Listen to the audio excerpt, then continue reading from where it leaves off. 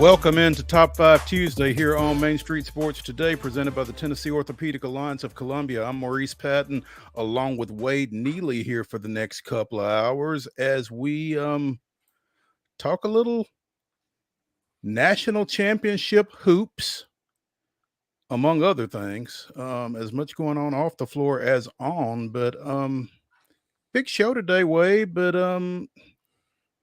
I want to mention, obviously, the men's national championship game took place last night, and I woke up this morning and somebody had posted on Facebook. I had to Google the score because nobody's posting about it. In sharp contrast to the women's game on Sunday, I guess, and the 8:20 start Central Time of UConn and Purdue. I'm not sure how many people made it to the end. Yeah, I don't know that a lot of folks did. And the other thing, too, is anybody that was, the fatigue, if there was a fatigue factor, if everybody's like, well, I'm only going to watch one of these two. Sorry, man, you were second to market last night. So everybody that was only going to tune into one of the two already got their fill on Sunday. So I ended up watching it, not actively watching the second half because, it was a real dud in the grand scheme of things. And the ladies stole the show yet again. They feel like they stole the show the whole tournament, and they did it with the finals as well. Absolutely. We're going to talk a little bit more about that later in the show. I'm sure we'll touch on it some with our guest this hour, as Blake Lovell from Southeastern 14 checks in with us. I'm sure that's not all we'll be talking about with Blake. There's a lot going on, slowly, but going on. Mm-hmm. And in the 3 o'clock hour, we will be joined, as we typically are on Tuesdays, by the Blue Raider voice, Chip Walters. Busy weekend coming up over at MTSU. Looking forward to talking to Chip about what all will be happening over there. And we got some good news. We being me and Wade as Blue Raider grads, got some good news out of the portal here not too long ago. So we'll be checking in with Chip on that as well. Obviously going to talk a little Braves.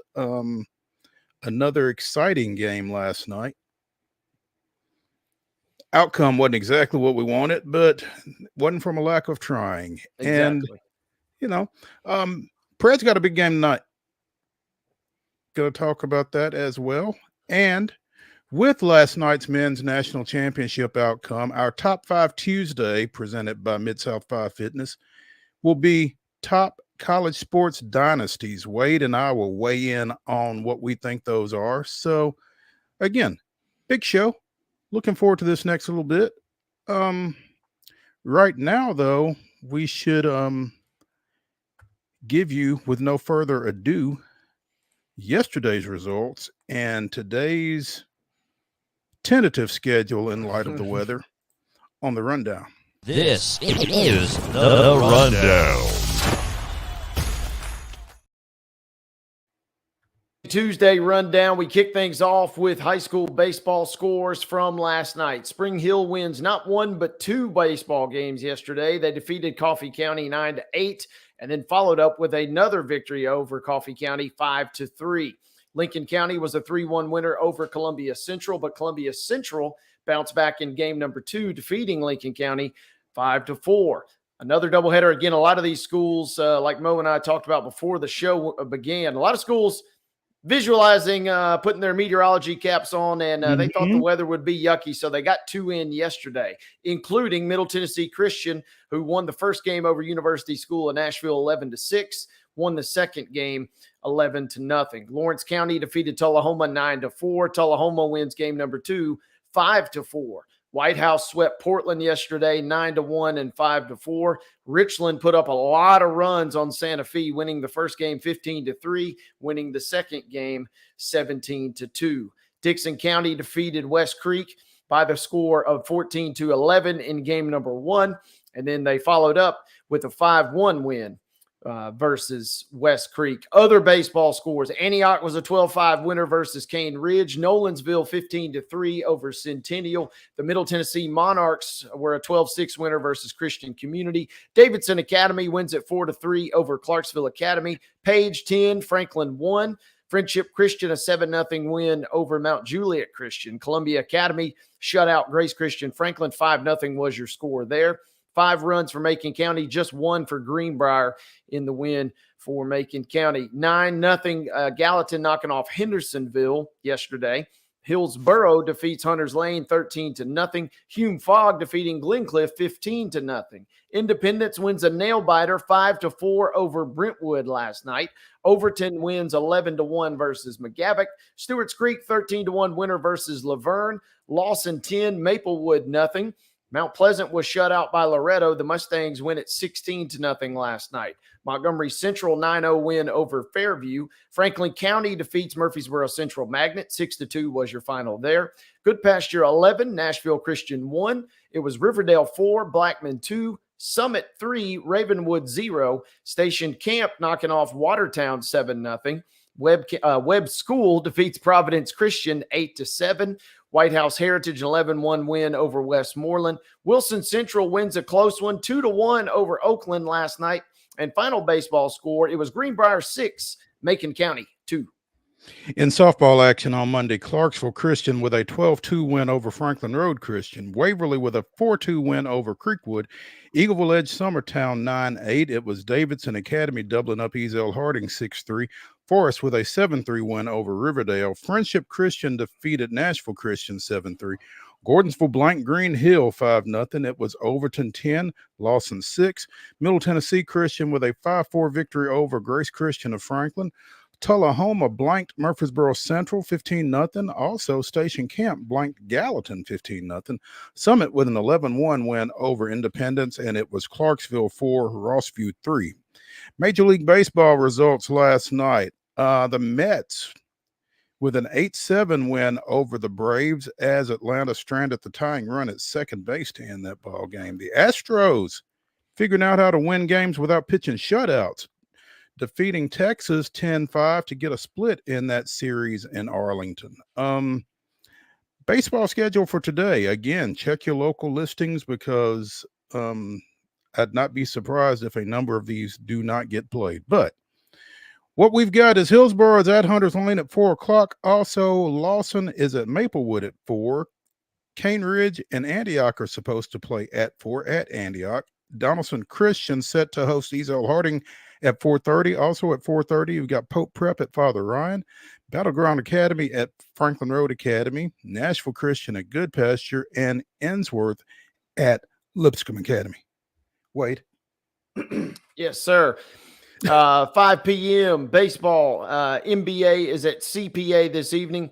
5:30 tonight. East Robertson is at Joe Burns. Trousdale County is at Liberty Creek. Henry County will travel to Clarksville for a 6 p.m. showdown. Smyrna is at Cookeville this evening. Culleoka traveling to Cornersville. Clarksville Academy is at Davidson Academy. Moore County is at Eagleville. Cheatham County travels to East Hickman. Stewart's Creek will travel to Laverne tonight. Loretto visiting Mount Pleasant this evening. Rockvale is at Siegel tonight at 6 p.m. Independence tonight. These are 6:30 games now. 6:30 tonight. Independence is at Brentwood. Kirkwood is at Clarksville Northeast. Grace Christian Franklin at Columbia Academy. Page is at Franklin. Murfreesboro Central Magnet traveling to Franklin County tonight. Don't have a start time listed. Presumed 6:30, but again, double check everything before you head out tonight. Harpeth is at Hickman County. John Overton set to travel to McGavock. Centennial is going to visit Nolansville tonight. Providence Christian will have Webb School come to town this evening. Summit is going to travel to Ravenwood tonight at 6:30. White House Heritage visiting Westmoreland. Franklin Christian at Zion Christian this evening. 7 p.m. starts. Fairview set to host Montgomery Central. Green Hill is hosting Beach. Lebanon is on the road at Wilson Central. Rossview is on the road tonight at Station Camp. Same situation for softball, folks. Make sure you check your local listings before you head out. But games that are scheduled to start at 4:30 include Friendship Christian at Clarksville Academy, Mount Juliet Christian at Davidson Academy. Franklin Road Academy set to host Middle Tennessee Christian. Pope John Paul II is at Harpeth Hall. MLK will visit Lawson tonight at 4:30. John Overton is at McGavock. 5 p.m. window now. Lewis County is set to visit Mount Pleasant. Zion Christian is at Perry County. Loretto is set to travel to Summertown. Ravenwood set to travel to Summit. Fairview at Waverly this evening. Culleoka will entertain Spring Hill. East Robertson going to entertain Springfield. I think I got that right. Good Pasture is at Ezell Harding. Macon County at Greenbrier this evening. 5:30 starts for these folks. Brentwood at Centennial. Independence at Franklin. Cannon County is at Murfreesboro Central Magnet. Riverdale headed to Siegel tonight. And Glencliff is at St. Cecilia Academy. At 6 o'clock, again, check your local listings, but Oakland is scheduled to play at Blackman, Columbia Academy hosting Dixon County, and Laverne is at Cookeville. Also at 6, Gallatin travels to Mount Juliet. Cornersville is at Santa Fe. At 6:30, Lebanon hosting Wilson Central, Stewart's Creek hosting Smyrna, Columbia Central traveling to Warren County. At 7, Rockvale is at Forest in the Battle of the Rockets, and Huntland plays at Eagleville. Not sure what time on that one, if at all. On the pitch, 4:30, Christ Presbyterian Academy boys travel to Ensworth. Also, McGavick is at Overton. At 5 o'clock, Columbia Academy is at Battleground Academy. Excuse me. Brentwood Academy hosting Montgomery Bell Academy. Riverdale goes to Cascade. Davidson Academy is at Ezell Harding. Middle Tennessee Christian goes across town to Providence Christian. Well, not really across town. They're both on the east side. Anyway, Clarksville is at Springfield at 5. Friendship Christian goes to Clarksville Academy at 5. At 5:30, more rocket on rocket crime as Rockvale travels to Forest. Lawrence County is at Murfreesboro Central at 5:30 as well. At 6, at Siegel at Gallatin. Donaldson Christian traveling to Good Pasture. Harpeth hosting East Hickman. Spring Hill goes to Lincoln County. Cheatham County travels to Montgomery Central. Smyrna hosting Lebanon. Culleoka is at Wayne County. At 6:30, Watertown goes to Macon County. 7 o'clock, first touch for Kirkwood at Clarksville Northeast. Also, Warren County at Columbia Central. White House at Greenbrier. Independence hosting Brentwood. Centennial traveling to Page. Laverne at Stewart's Creek. Dixon County at West Creek. And time unspecified, Oakland is at Cookeville. In the association, the Spurs will be at the FedEx Forum taking on the Memphis Grizzlies. That's a 7 o'clock tip. You can see it on Bally Sports. Also at 7, the puck drops at Bridgestone Arena as Winnipeg visits the Nashville Predators. Major League Baseball, the Mets and Braves continue their series at Truist Park. That's a 6:20 start. You can see it on ESPN Plus and on Major League Baseball Network. And the Astros travel to Kansas City, taking on the Royals. So Wade and Heather will have a lot to talk about tomorrow. That's a 6:40 start. And the Sounds begin their 6-game series over at AutoZone Park tonight, taking on the Memphis Red. That is your rundown.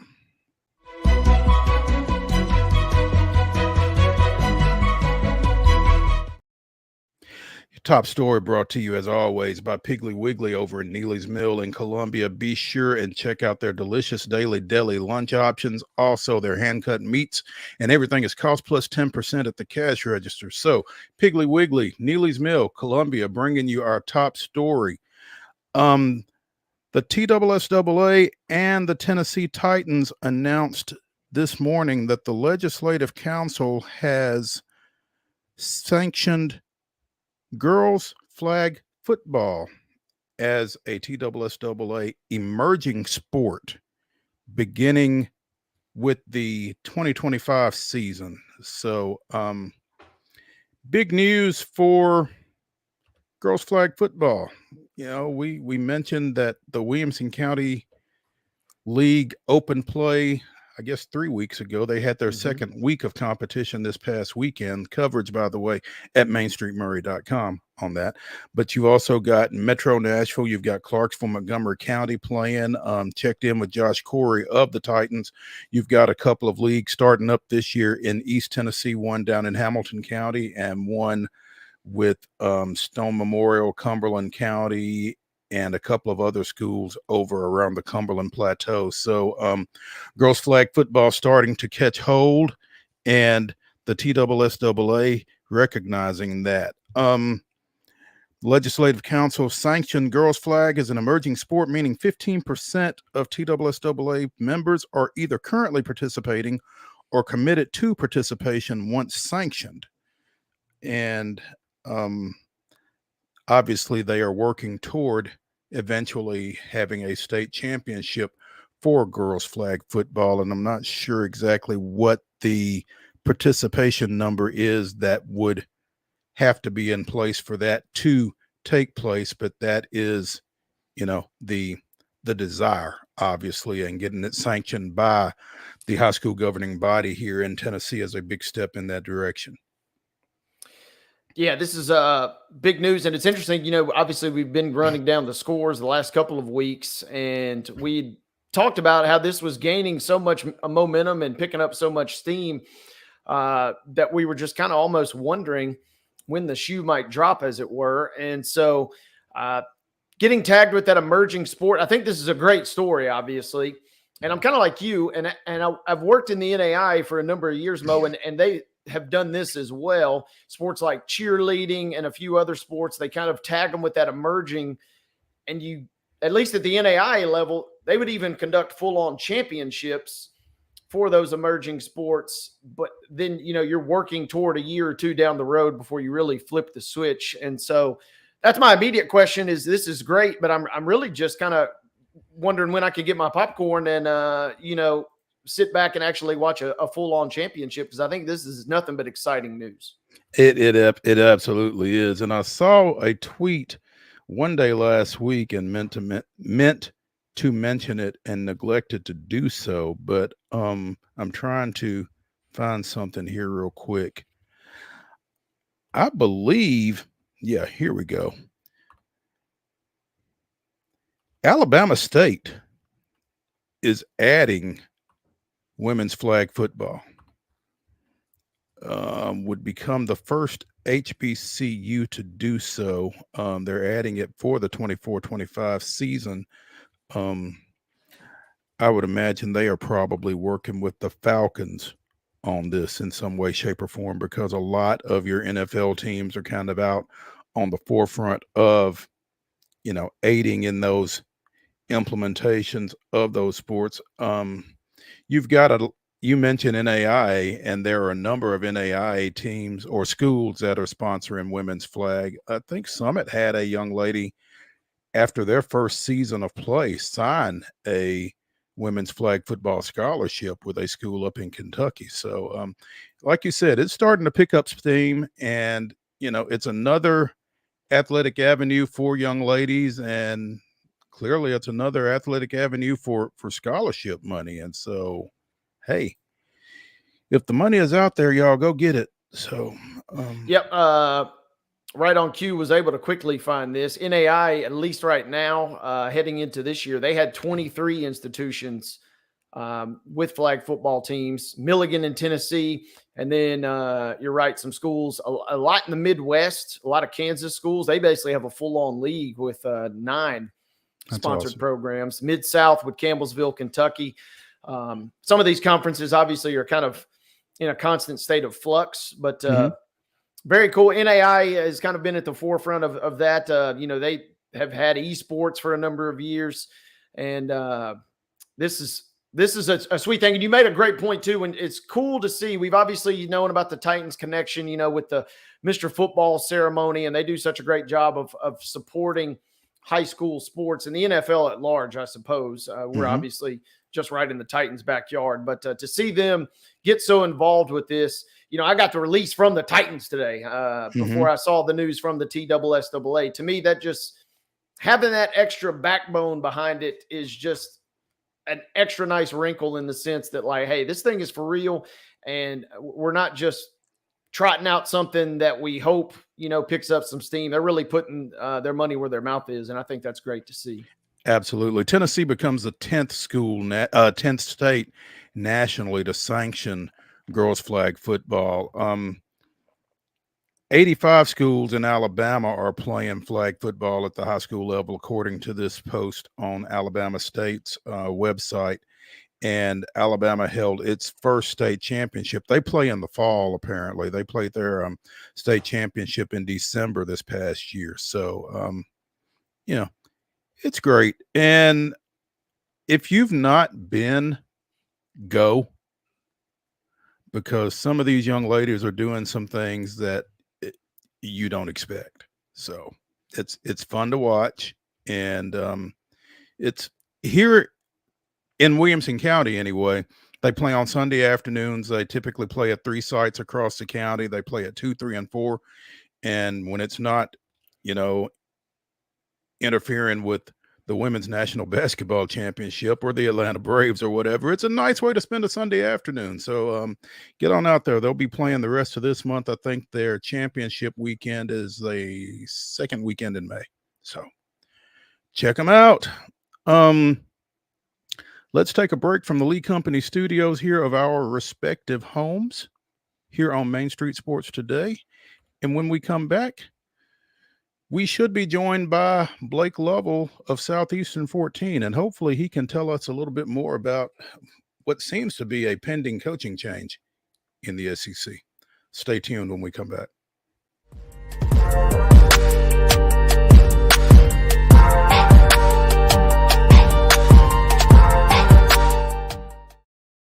Nashville Sounds Baseball is back in Hit City for the 2024 season. Spend your nights and weekends at the ballpark with weekly giveaways, fireworks shows, throwback deals, live music, and more. Top talent will take the field at First Horizon Park against the AAA Minnesota Twins, Baltimore Orioles, Atlanta Braves, St. Louis Cardinals, Cincinnati Reds, and more. Tickets start at just $10 and are available now at NashvilleSounds.com. We will see you in Hit City. Whether you're an athlete or a weekend warrior, when it comes to your performance, don't settle for anything less than excellence. We're proud to announce that Mid-Tennessee Bone and Joint Clinic is now Tennessee Orthopedic Alliance of Columbia, where we are redefining sports medicine and orthopedics. Tennessee Orthopedic Alliance's team of expert sports medicine physicians understands the unique demands of your body. TOA Columbia specializes in personalized orthopedic care, offering state-of-the-art treatments for everything from sports injuries to joint replacements. Learn more at toacolumbia.com. With Lee Company technology, the best handymen are hands-off. Lee Company techs have been using visual findings and other smart technology tools for years to add transparency and virtually take customers along. You see what we see, whether we're in a crawl space or on a roof. With Lee Company, technology helps us help you, no matter what's happening in the world or at your house. Jones & Lang Sporting Goods here in Columbia has been outfitting teams, officials, and anybody else from T-ball to college for 50 plus years. Be sure and check them out at 931-388-8060 or online at jonesandlang.com. Jones & Lang Sporting Goods, the look of a winner. Zion Christian Academy, zioneagles.org or 931-388-5731. You can schedule your appointment. Go tour their campus. It is beautiful over there, and you're definitely going to want to see it. Again, it's zioneagles.org. Give them a call, 931-388-5731, and schedule your tour today. Custom Stone Handler supplies over 600 distributors and suppliers with quality stone products. Along with River Stone, we produce and distribute over 100 building, landscape, and other bulk products. Our goal is to provide quality products, service, and partnerships to ensure our customers' success. We firmly believe that the measure of any person or company is how they treat other people and customers. Give them a call at 931-490-4990 or visit CustomStonehandlers.com. A game without a crowd is just a scrimmage. A performance without an audience is just a rehearsal. Without your presence, high school sports and the performing arts aren't possible. Ensure that these essential extracurricular activities continue to enrich the lives of students in Tennessee.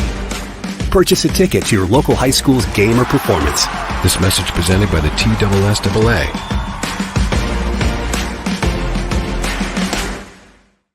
Piggly Wiggly, located in Neely's Mill Shopping Center, is Columbia's locally owned and operated Cost Plus 10 grocery store dedicated to serving the community with low prices and smiling faces. Piggly Wiggly offers fresh, hand-cut meats daily as well as daily hot plate lunches from their deli counter. You're certain to see smiling faces and a helping hand when you're here at Piggly Wiggly. Come by and check out our fresh produce, high-quality meats, and more. Down home, down the street, we'll see you at the Pig.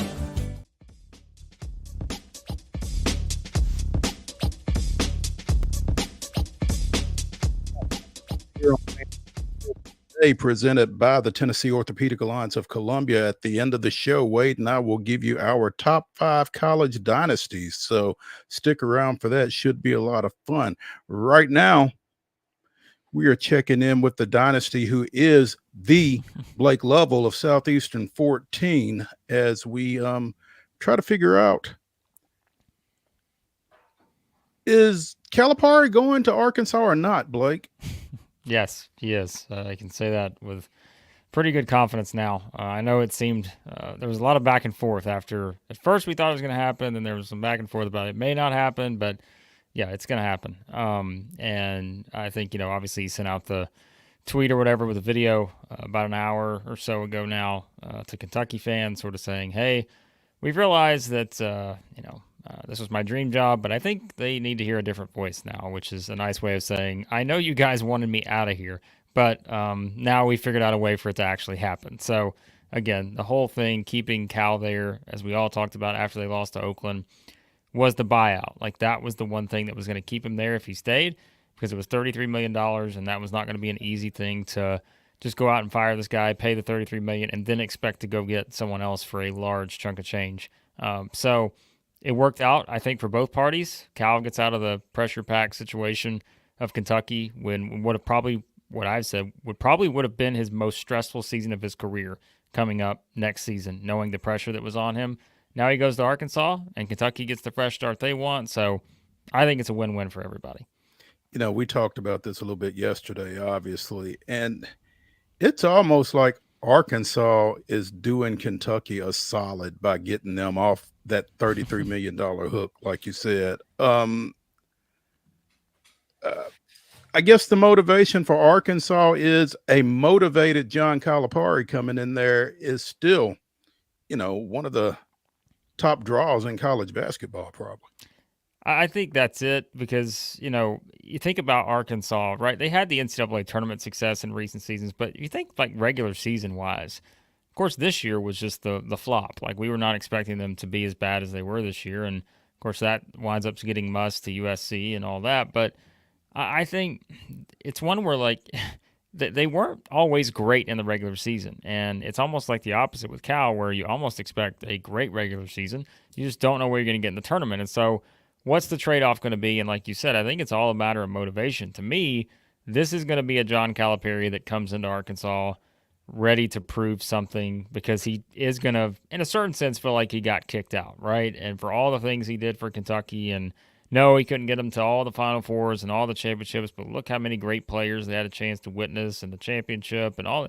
Like, I think there could certainly be part of that. And I know I've seen people say, boy, Arkansas is not going to have the same resources that Kentucky. I'm like, are you kidding me? Are you kidding me? Like, think about the money and all the people that surround the Arkansas school that the money is going to get pumped into there for him to build the same kind of rosters that he's built at Kentucky. There's going to be, and the thing about it is, Blake, I mean, there's not a Louisville to Kentucky in Arkansas. No. They're the top show in town, and again, you've got everyone from Tyson to Jerry Jones. You got so many people out there that are willing to put any kind of money they need to make this thing a success. And so there's a certain family named Walton, right? The Walton family. Well. It's just, I think that's what you got to keep in mind here. Is this? That's why I think this is a big win for Calipari, because it's, yes, did he leave the money without the buyout and all that? Sure, but he'll have a great chance to make that back, I'd say. I think a pretty sweet deal in Arkansas. So, how much money can you spend? So, I mean, endless. It gets, yeah, exactly. I mean, it gets to a point where maybe your sanity is a little bit more important, but yeah. So the obvious question once this finally takes place is, where does Kentucky go?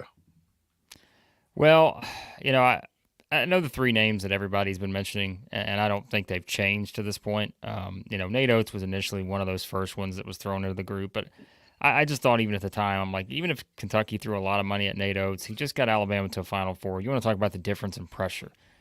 And you just got Alabama their first Final Four. There's zero pressure, job security as secure as you could ever be.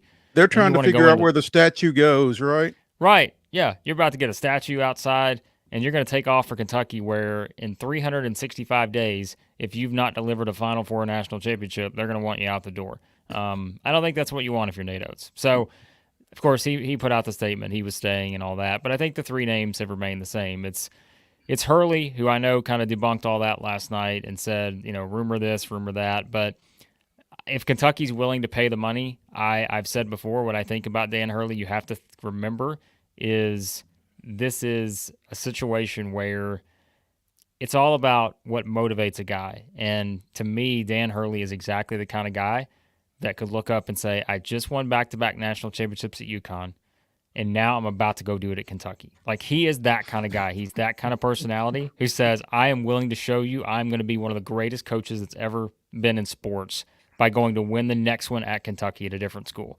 So I would not discount that if the money's right, but we'll see if it happens. The other two are the ones I'm sure everyone's heard.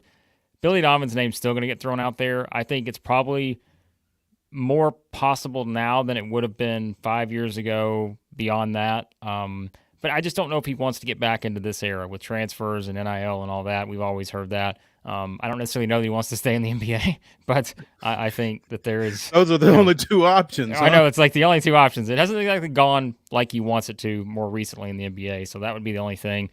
And then the one that probably, if you connect the dots, that would make the most sense would be Scott Drew. Like, that's no-brainer there. I think a lot of people expect him to be one of the top choices, and you have a guy who recently won a national championship, has always just delivered great team after great team at Baylor for the most part, took over a complete dumpster fire there, and has been there forever. So I don't know, guys. I mean, it's always about who can handle not just the basketball success, but can you handle everything else that comes along with a Kentucky basketball job? And I always say, to me, there is 1% or less of coaches, and that may be 10 coaches in the world that could handle a job like Kentucky.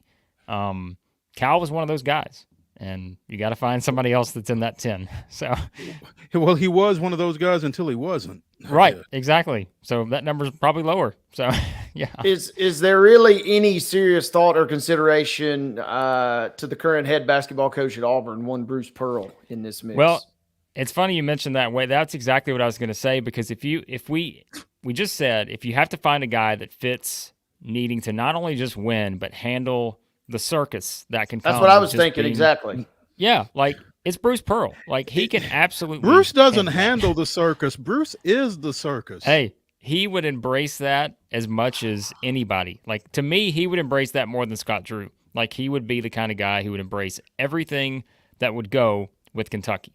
My question is, had this happened 5 years ago, I'd have said this is probably a no-brainer, complete lock. But now it's like, okay, he's gotten the Final Four. He's kind of similar to Oates in that he's got all the job security in the world. There's no pressure there for him at Auburn. People will say, well, he didn't get past the first. Please. They could do that for the next 5 years and they'd still be fine. And so as long as Auburn continues to be a football school, he's fine, right? Right, exactly. It's like, hey, he's just sitting in the wing. He just keeps winning. Like, that's all he does. And so if I were Kentucky, he'd be on my list. Again, I know people talked about like his age factor and all that. I mean, Bruce is still just I can't see Bruce retiring anytime soon. So I think he'd be a great fit there if that's the direction they went. So that's just, you said it best. It seems like all the pizzazz and all the intangibles that come with this job, it seems like he is the embodiment of that. And the question for me is just, does he want to restart that process after doing it at a number of different stops? Does he want to restart that whole process one more time at a new spot in Kentucky? Yeah, and if you remember, too, what was it?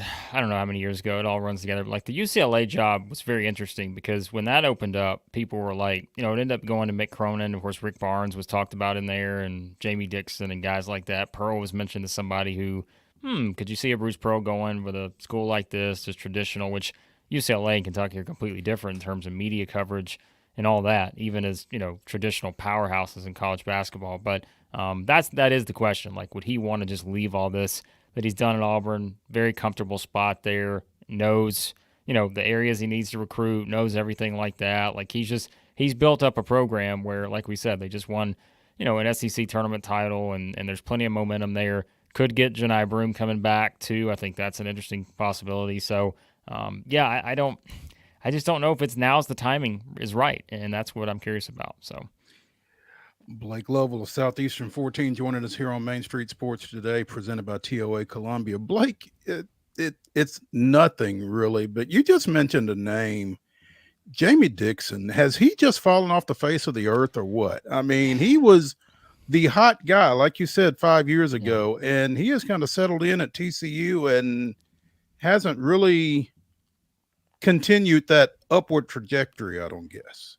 Yeah, I think that's what's challenging is like, we talk about how the SEC's gotten so much better in basketball, and obviously the Big 12 is going to look different next year with Texas and Oklahoma out, and you got Arizona coming in and all this other stuff. But I think he has probably just run into, man, at a certain point, I feel like there probably are limitations you're going to have at TCU where, you put him in another job that maybe is one where you get more resources, more NIL pumped into it, all that. You have a better chance to succeed, but they've been pretty average, maybe the right word, over the past several years. Like they've gotten to the tournament, I think, 3 straight years now? Yeah, I'm looking at here. They've gotten there 3 straight years, but they've not made that jump like, again, like a program like Baylor did and ones like that. So Oklahoma and Texas, of course. So I think that's maybe just part of it is it's just the challenge of, as we say, it feels like everybody's more on even ground than they used to be because of the NIL and transfers. You can get anybody, but you can't necessarily get anybody. And that's the problem. Is like it's all about how much money you're getting, and that's why things have changed so much. And that's why, like, even people are bringing up like Jay Wright and stuff for Kentucky.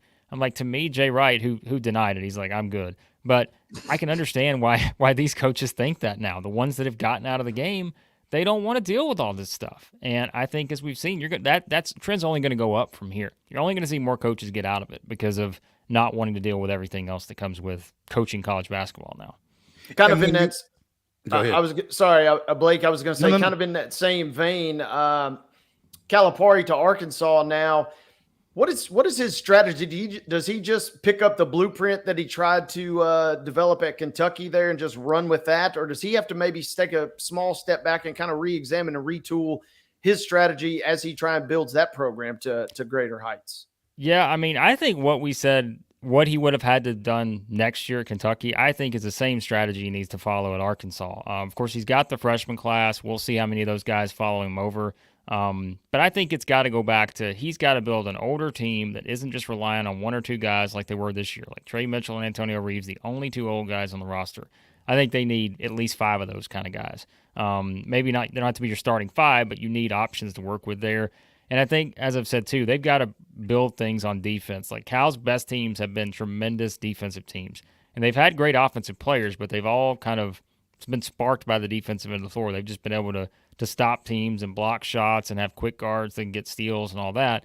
And I think that's what he has to do. He has to get older teams that are certainly going to be great offensively, probably, because he's evolved his offense finally. Everybody's been asking for years and years, and this was the year where he felt like he really evolved and how he let them play offensively. If he combines that with going back to sort of his roots and just building some really great defensive teams, with guys like, obviously you're not going to get an Anthony Davis, but guys like that who are just in the paint, there's not a whole lot the other team can do to get shots. They had some guys like that on Kentucky this year, but they need more of those guys where they just all 5 guys on the floor can defend. They can be good offensively, but they have to be able to defend. And so I think you'll see that with Arkansas because that's something too. Like that's how Muss had his success at Arkansas. They weren't always the greatest offensive teams. They couldn't shoot a lick most of the time.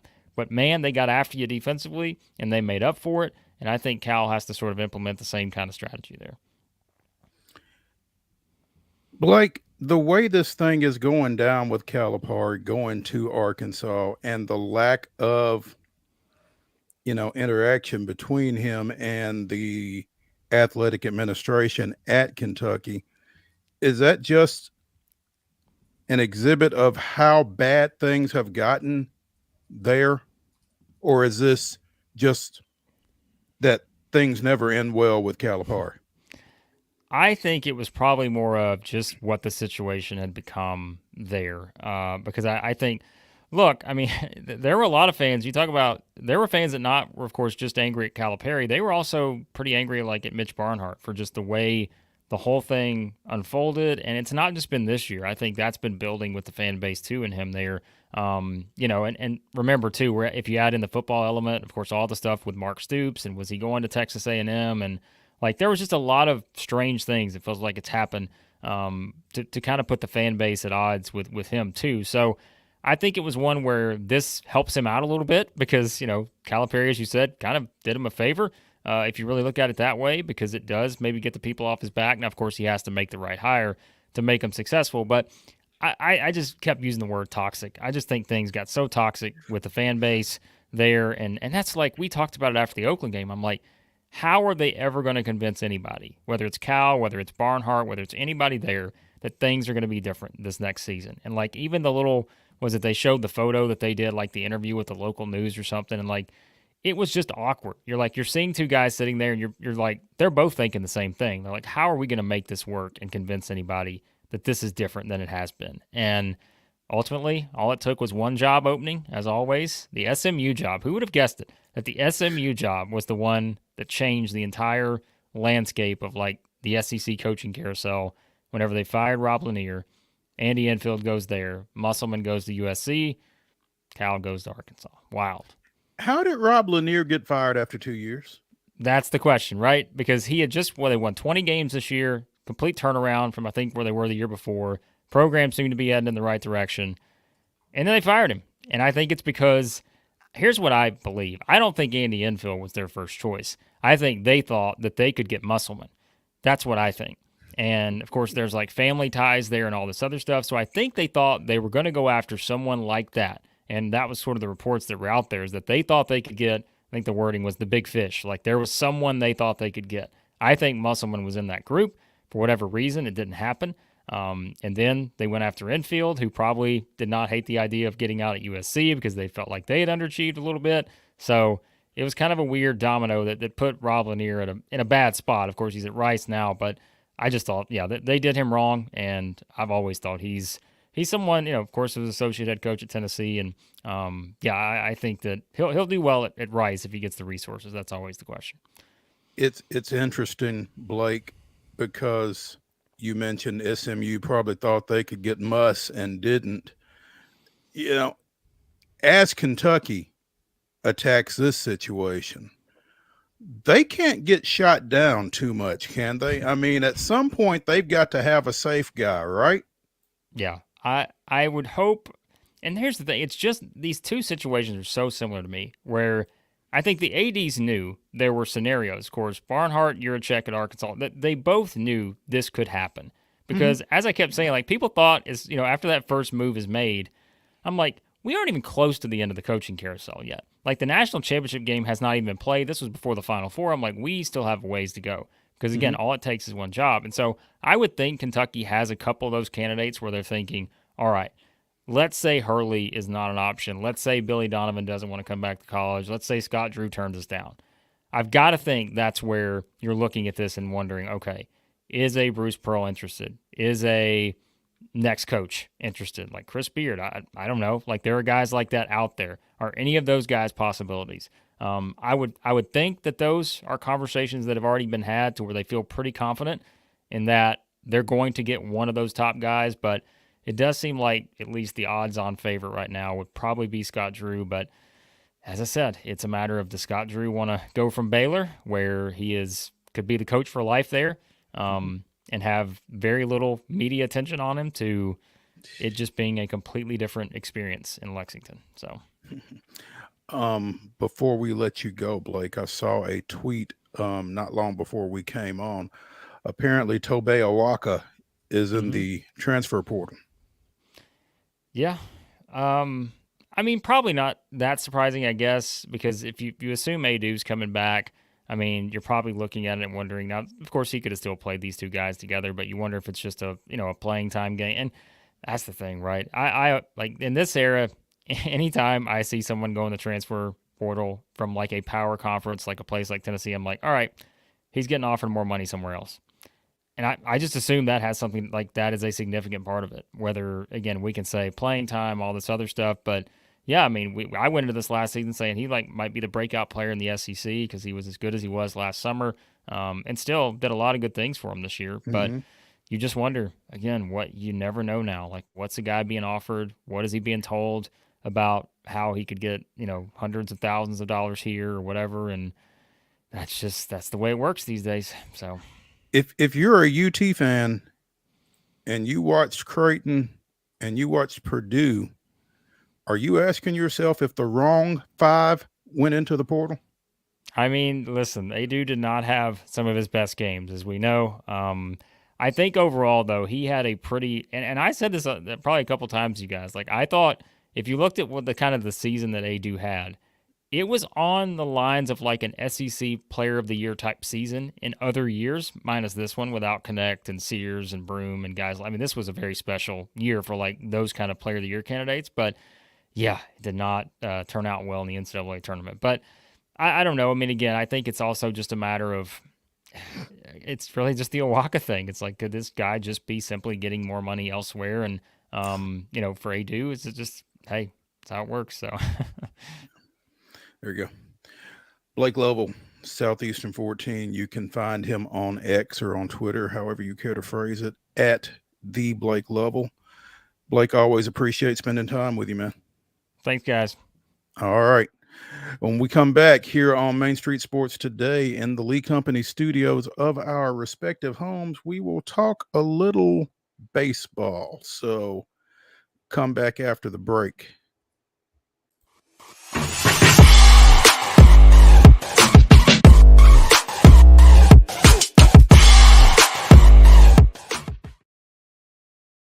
Whether you're an athlete or a weekend warrior, when it comes to your performance, don't settle for anything less than excellence. We're proud to announce that Mid-Tennessee Bone and Joint Clinic is now Tennessee Orthopedic Alliance of Columbia, where we are redefining sports medicine and orthopedics. Tennessee Orthopedic Alliance's team of expert sports medicine physicians understands the unique demands of your body. TOA Columbia specializes in personalized orthopedic care, offering state-of-the-art treatments for everything from sports injuries to joint replacements. Learn more at toacolumbia.com.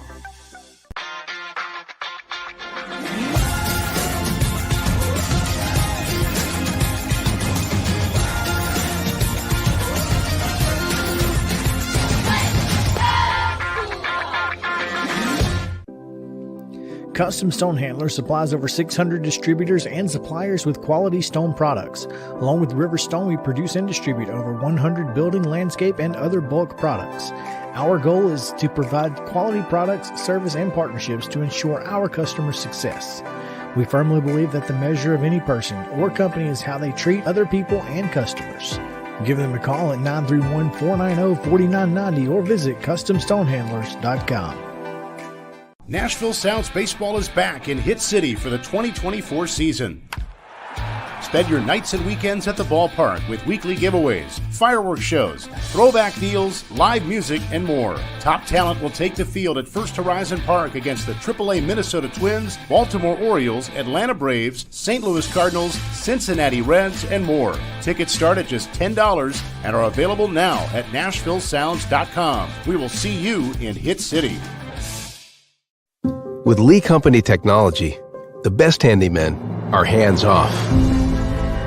Lee Company techs have been using visual findings and other smart technology tools for years to add transparency and virtually take customers along.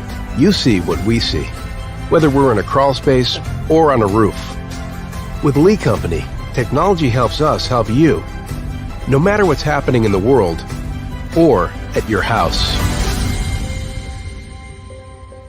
Piggly Wiggly, located in Neely's Mill Shopping Center, is Columbia's locally owned and operated Cost Plus 10 grocery store dedicated to serving the community with low prices and smiling faces. Piggly Wiggly offers fresh, hand-cut meats daily as well as daily hot plate lunches from their deli counter. You're certain to see smiling faces and a helping hand when you're here at Piggly Wiggly. Come by and check out our fresh produce, high-quality meats, and more. Down home, down the street, we'll see you at the Pig. We thrive under the lights. A city of performers, putting on one heck of a show. Headlining night after night. Welcome to Smashville.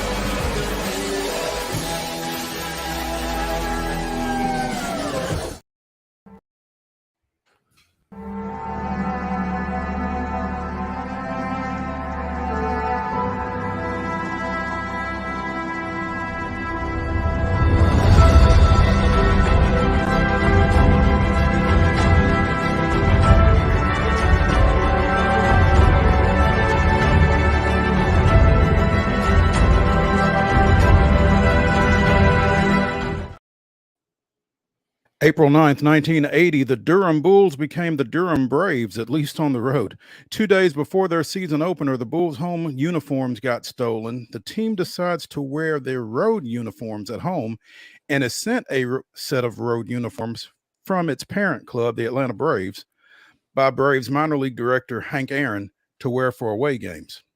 That was this day in Braves history. Speaking of Mr. Aaron, the Braves commemorated the 50th anniversary of home run number 715 last night. And unfortunately, this is probably one of the few times actually that the Braves have not ended one of those big nights like that with a win. But Michael Harris was stranded at second.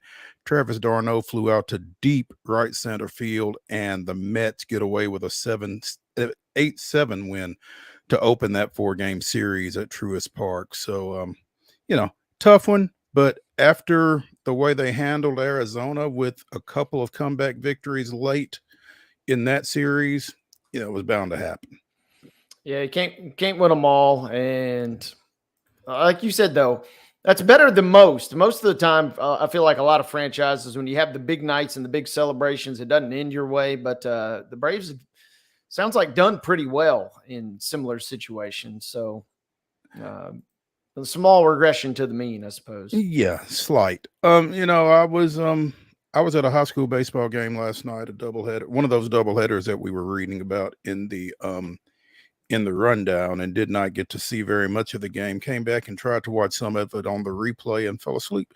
But didn't get to see a lot of the festivities, but it sounds like they did a really fantastic job all day long with the 50th anniversary. Apparently, Dusty Baker was on the broadcast last night at some point, and obviously Dusty was a teammate of Hank Aaron's on that 1974 team. And if you ever get a chance to hear Dusty Baker talk, do. I was fortunate enough to actually get to interview him once. It's a lot of fun. Really good dude. Clearly knows a lot about baseball. But and obviously, Wade, you're a big Dusty Baker fan, I'm sure. I got nothing but love for Dusty, and it sure would be nice to have him back in the dugout. But he's doing his thing. He's catching fish and hanging out and enjoying life to the fullest, Right. as we say. Well, you guys ought to be enjoying life here. Yeah, 10-5 win last night to close out that series with Texas. That's not nothing. Yeah, 2-2 in the series. Could have been a lot worse, obviously. So just enough to kind of give you a little flicker of hope, and we'll see if they can slowly start turning things around. You mentioned earlier getting the Royals coming up. Be an interesting series. It looks like Christian Javier's pitching tonight, so chance to maybe continue a little momentum. Just maybe start stacking a few wins here and there, and maybe go on a little bit of a run. Yeah. You got that series. The Braves, like I said, continue their series with the Mets tonight. Ronaldo Lopez goes back to the mound with a 1.50 ERA. Adrian Hauser getting the start for the Mets. So ought to be an interesting one. I should be able to see this one, so we'll see how it goes. Wade, I know that you aren't real deep in baseball, but you're familiar with the name Ellie De La Cruz, right? Oh, yes. Well, he made himself even more familiar last night, becoming the first player with an inside the park home run and a conventional home run in almost 3 years as Cincinnati defeated Milwaukee 10-8. Homered in the 5th off the batter's eye at the Great American, as I like to call it, small park, and then hit one that Sal Frelick dove for and missed in center field, and it went all the way to the warning track. And when you see outfielders running with their backs to you, that's never a good sign for the defense. And the way De La Cruz runs, There was no question he was going for all four, and he got them. So 3 for 4 with a pair of home runs, 4 runs scored, 2 RBIs, and a stolen base for Mr. De La Cruz in his first full season at the major league level. And this guy, I'm telling you, when you look at the NL Central and you look at De La Cruz and you look at O'Neill, is it Cruz? Yeah. Yep. The Pittsburgh shortstop. Pirates. Yeah. Yep. Those two guys, I mean, their height really kind of throws you off, but when they get moving from a speed perspective, they've got long strides. You'd love to watch those guys run, and with that leverage at the plate, man, they're going to be fun to watch with those two teams, hopefully for a long time. Hopefully they can stay in Cincinnati and Pittsburgh, and hopefully O'Neill Cruz can stay healthy. You know, he missed a lot of time last year, so I love this line from the recap from last night. You might get a kick out of this, Mo. De La Cruz raced around the bases to complete the first inside the park homer for Cincinnati since TJ Friedel. Hopefully I got that right. Can you guess the date on when that would be? Was it April 8th? No. No? You got to go way back to September of 2023. They kind of threw me for a curveball on on the sentence there. I'm thinking, yeah. I'm thinking You're thinking it's been a while. Yeah. September of last year. I mean, it basically played like 20 games since the last one, it sounds like. Yeah. So the Reds specialize in inside the park home runs, then, huh? That's wild. The Braves he had one himself last year, if I recall correctly, against us. Oh, I'm sorry, against the Braves. Yeah. So he might. That'd be a great trivia question too, to dig up the all-time career inside the park home runs. He can make a run, at least in the modern era, I suppose. Hang on. Because he's just got that blazing speed, but he's got enough pop. You know, it's not as if he's hitting soft liners to the outfield. We've seen guys, obviously, with tremendous speed. No, and you know, some of those guys, sometimes when you've got the pop that he's got, if it hits off the wall and the outfielder doesn't handle it very well and it starts kicking back toward the infield, that's when the trouble comes in. Most inside the park home runs in a career. I think you kind of got to take this one with a little bit of a grain of salt, but Ty Cobb had 46. Had 9 in the 1909 season. And then some guy named Tommy Leach had 49, and Jesse Burkett had 55. So De La Cruz off to a decent start. He's got to start picking his game up a little bit. Little bit. I mean, I guess all of those guys played in a different era. I don't think inside the park home runs are as plentiful now for whatever reason. Maybe they didn't have fences in. I don't know. I do love this too. De La Cruz said he enjoyed the inside the park homer more than the one obviously that left the yard. He said, quote, I think running around the bases is my biggest thrill. When I saw him miss that ball, I said, I'm going home. It's my mentality. I'm always thinking about that extra base. And that's what makes him so fun to watch, in my opinion. He is wide open 100% of the time, man. It's he might be one of my favorite non-Braves to watch. He's a lot of fun, and he has a lot of fun. San Diego completed their comeback, got down 8-0 against Chicago, came back for a 9-8 victory. Fernando Tatis with a 2-run home run to put the Padres on top for good in that one. So Cubs gonna Cub. As we said, the Sounds start their 6-game series down at AutoZone Park tonight against the Memphis Redbirds. This might be the earliest that Nashville and Memphis have played in quite a while. I don't remember them ever having played in April. So this is fun. Hopefully we will have Jeff Hem on Friday, as we typically do when the Sounds are on the road, to catch us up on how they're coming along to this point. So looking forward to that. When we come back to the Lee Company studios here on Main Street Sports Today, presented by TOA of Columbia, we will be joined by, speaking of radio voices, the Blue Raider voice, Chip Walters, joins us. Stay tuned.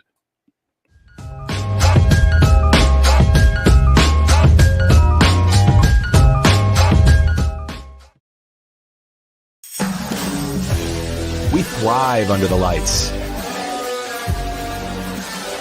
A city of performers. Putting on one heck of a show.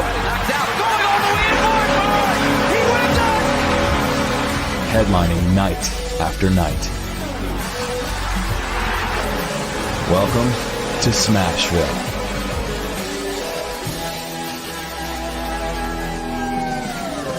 Whether you're an athlete or a weekend warrior, when it comes to your performance, don't settle for anything less than excellence. We're proud to announce that Mid-Tennessee Bone and Joint Clinic is now Tennessee Orthopedic Alliance of Columbia, where we are redefining sports medicine and orthopedics. Tennessee Orthopedic Alliance's team of expert sports medicine physicians understands the unique demands of your body. TOA Columbia specializes in personalized orthopedic care, offering state-of-the-art treatments for everything from sports injuries to joint replacements. Learn more at toacolumbia.com. With Lee Company technology, the best handymen are hands-off.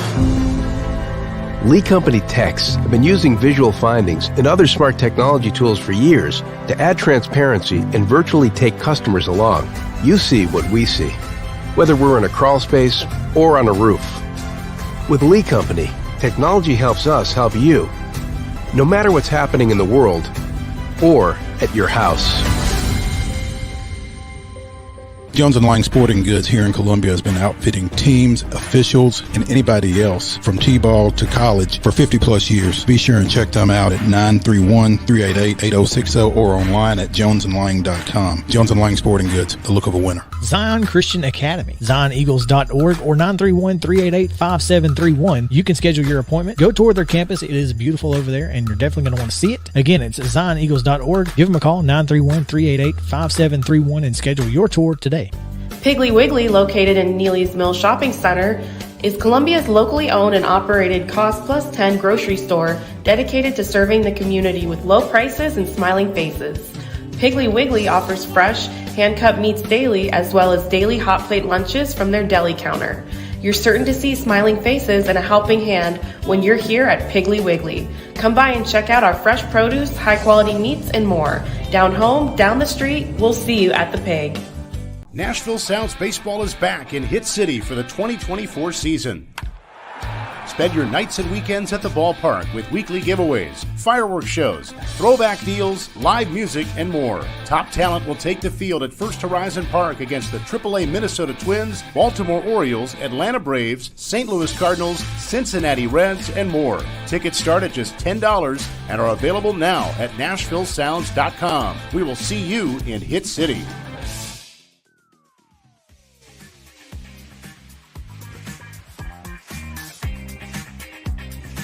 Top 5 Tuesday here on Main Street Sports Today, presented by TOA of Columbia. In our final segment, Wade and I will give you our top 5 college sports dynasties. Stay tuned for that.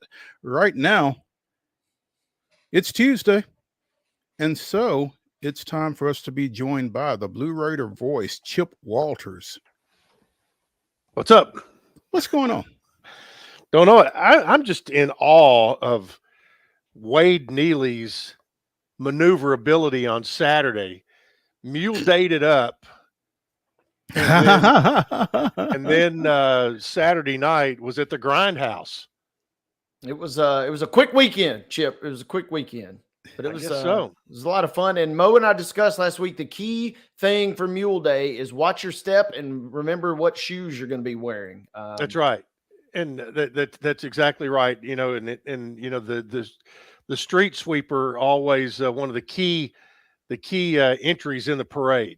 He earns his keep that day, does he not? Does he? Yes, he does. Yes, that was the funniest thing by far. I'm talking the last entrant in the official parade was over. They had them all right behind him sweeping the streets because there was no dilly-dallying. That's right. They had it cleaned up instantly. That's right. You know, and there used to be, I remember back in the day, there was always a big kind of hubbub whether or not you would put any marching bands behind equine entries, or if you put all the bands up front before the horses and mules came along. So the bands obviously were in favor of being up front. So you certainly can't mix them in, right? I mean, because invariably somebody's going to Parade be. becomes rodeo at some point, right there. Yeah, Yeah. But it looked like a beautiful day and a great crowd down in the Dimple. You didn't go, Chip? I had an event that I had to be at in East Tennessee, Ooh. and so that held me. That took me to that part of the state, which also beautiful. And this time of year, everything's starting to bloom and green up. So it was a good weekend. Wade was able to get to 2 portions of the state in the same day. Yes, he was. You will get a kick out of this, Chip. One of the best entries in the whole parade. It was just it wasn't a equine, as you mentioned. It wasn't a marching band. It was somebody in just a giant red solo cup. I saw the pictures. They were just weaving through the streets of Columbia, blasting. Well, I'll give you one guess what song they were playing, but they were in the red solo cup, and they looked like they were having a good time. That's all I'm gonna say about that. I thought I saw a picture. There was a float that was a giant red solo cup. That's what I'm referring to. Oh, yeah, okay, it was one of the floats. It was literally like 15 feet tall, which leads me to a lot of safety questions. But they survived, I suppose, somehow. So you feel like the folks in the red solo cup had red solo cups, plural? They were on brand. There's no doubt about it. And I can't speak to what was perhaps in the cups themselves, but in the giant cup, there were a lot of folks having a good time for sure. You could probably make some guesses, huh? Mm-hmm. Chip, great past weekend for Mule Day, even though you weren't there. Great upcoming weekend. Well, it's gonna be, and I really like the way that here in the past several years they've been able to put together. It's kind of a big preview of the whole campus, but athletics has done its part in scheduling and having numerous events at home on Saturday.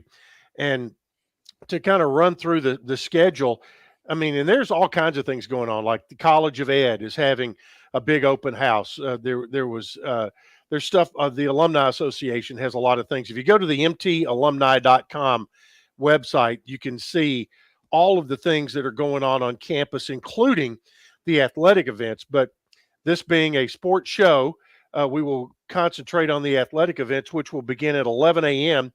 At the brand new, still has that new tennis center smell, the outdoor tennis center right by Murphy Center.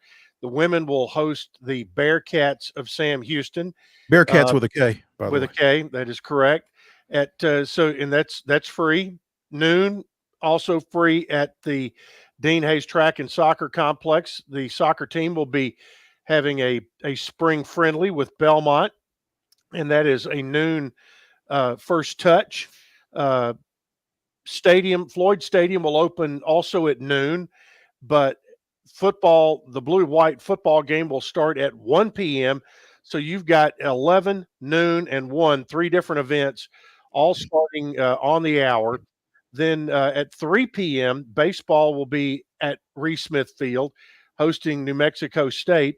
And at 4 p.m., softball will be at what I like to call Observatory Park, which will also be the home site for TSSAA softball championships this year. And they will be hosting the Liberty Flames at 4 p.m. So all of those events going on Saturday on campus. That's a lot. That's a lot. How many of those will you get to? I will be at football because Joe Dubin and I are going to be doing a webcast of the spring game on Saturday that you can catch on GoBlueRaiders.com and on the MT app. Just an audio webcast of that, so that'll be fun. And then I will probably catch baseball afterwards. So I look forward to that. So I'll be over at the stadium, kind of getting ready for football, and we're still kind of it's kind of open ended of how we're going to handle that, but it'll with Joe there, it will be entertaining. There's make sure of that. Will fellow friend of the show be alongside?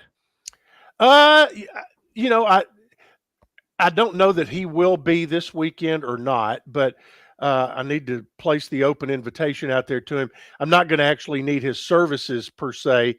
It's not going to be that complicated of a broadcast, not like we have during the normal regular season. But if he would like to come and produce, he is always welcome. Because my man Wayne Gross will use the spring game to be the springboard toward his 44th year as our spotter on the Blue Raider Network. Oh, wow. 40. Goodness gracious. Well, Chip, those events are always exciting, and those days are tremendous fun. But the recovering sports information director in me is shuddering at the. And I know you guys got a lot more staff than we had at Martin Methodist, but I'm shuddering over here just looking at the schedule. What you're saying is they have staff, right, Wade? Correct. Yeah, that's another way to put it. For sure. A different way to put it. Yeah, and you're right. Then they're fortunate that they have different individuals are assigned to different pieces of that puzzle. But it is that's one of those days you look forward to and dread kind of at the same time, because if you are in those different areas that have to service. I mean, the same goes for like sports medicine. They've got a lot of irons in the fire on Saturday too, because they're going to staff all those events. And but it's great for fans. And the thing is, you can come park your car in Greenland Drive parking lot, bring your tailgate stuff, set up, either do it for breakfast or use it as a midday stopover point.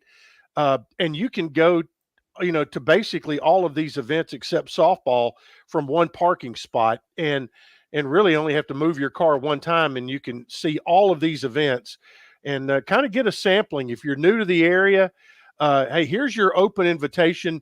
Maybe you've got an allegiance somewhere else, but you're new to Murfreesboro, Middle Tennessee. Come on out. We want to be your team too. And here's an opportunity to see 1, 2, 3, 4, 5 different sports play on Saturday. Sounds fun and tiring and exciting and all of those other things. But, the blue-white game, Chip, I guess the draft for those rosters was held last week, and Robert Frazier is one of the honorary coaches, and the other honorary coach just doesn't seem to stick in my mind. Brett Bush. Yes, thank you. And we were on campus at the same time, I think, from what I saw, but I don't remember him. Yeah, he is, and I can't tell you much of anything that's going to jog your memory. I will tell you that he just recently served a term as the county mayor of Cannon County. So he is Brent is still around. He's Woodbury royalty then, huh? Woodbury royalty, exactly. But I do know that he and Robert Frazier and are really excited about the event coming up this weekend, and being able to be the honorary coaches. And they got that out of a drawing when they had a former player open house before the Middle Western men's basketball game.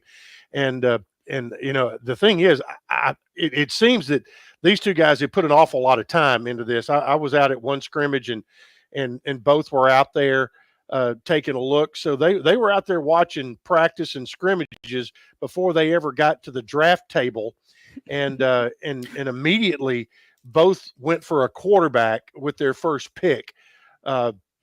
The blue team chose Nick Vattiato, and all the blue team has 6 different returning starters from last year, including Vattiato and Holden Willis, which I think that's a pretty strong 1-2 punch offensively. The white team went immediately with the quarterback from Lipscomb, who came in from the junior college out in California, Luther Richardson. And that guy can swing it, Chip. Yes, he can. And that's going to make things really interesting. And I think he will make Nick Vattiato better, and the competition with Vattiato will make Luther Richardson better, and also give Middle an obvious big play threat. The blue squad will have, we mentioned 6 returning starters.